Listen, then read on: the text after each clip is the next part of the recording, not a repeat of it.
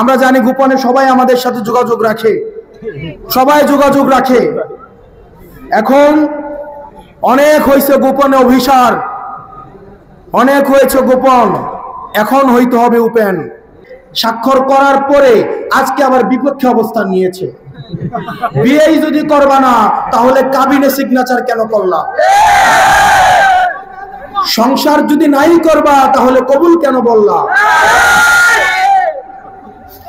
কবুল যেহেতু বলেছেন, কাবিনে যেহেতু সিগনেচারও করেছেন, আপনাদেরকে সংসারও করতে হবে।